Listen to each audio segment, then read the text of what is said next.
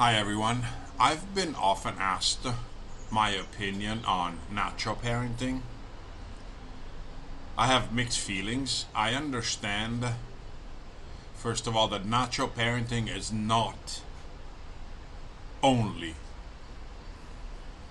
not my kid, not my problem. It's a far more complex parenting style than this.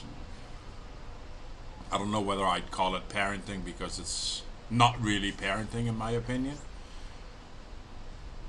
What I don't like about Nacho parenting is that it precludes to the idea that once you marry a person, you marry them, their family, and their kids. Whilst I understand that you might not marry into their family, even though you do, but not considering the kids is unrealistic. Let's leave it to that. The kids are there, and you can't pretend they're not. Therefore, my take on Nacho parenting is that it is a partial interpretation of the situation. I understand that not everybody is able to deal with high conflict spouses, former spouses, but at the same time, how to put it, a former mate, former partner, can become an ex-wife, but will never become an ex-dad or an ex-wife. An ex-mother. Mothers and fathers stay that way forever until they're alive or until the kids decide not to let them into their lives anymore.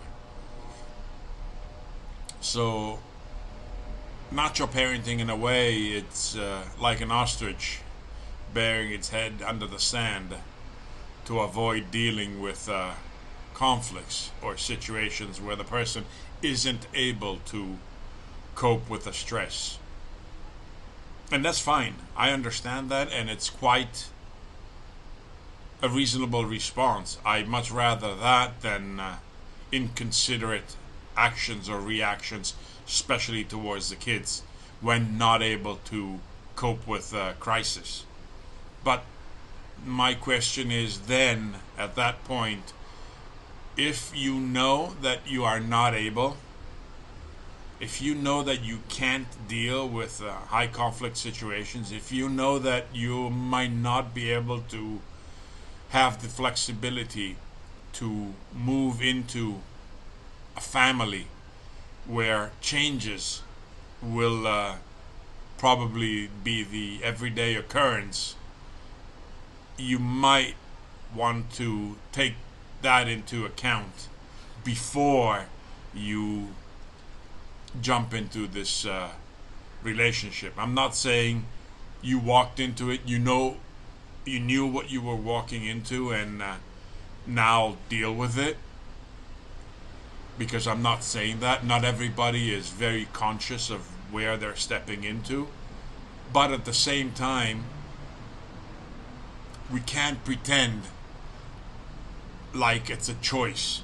We can't pretend like it's a willing choice. Step parenting is and must be considered a willing decision.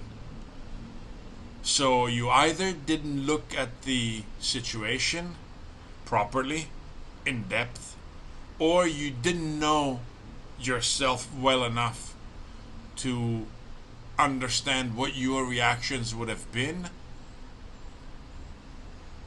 But there must have been a short circuit somehow, somewhere. So, to recap, to go back to the initial question, is Nacho parenting bad?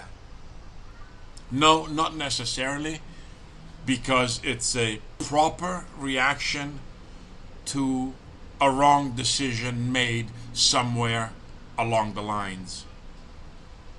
I much rather have a Nacho parent, step parent, than a resentful and possibly violent or cruel step parent towards the stepchildren, but that doesn't mean that nacho parenting isn't a solution.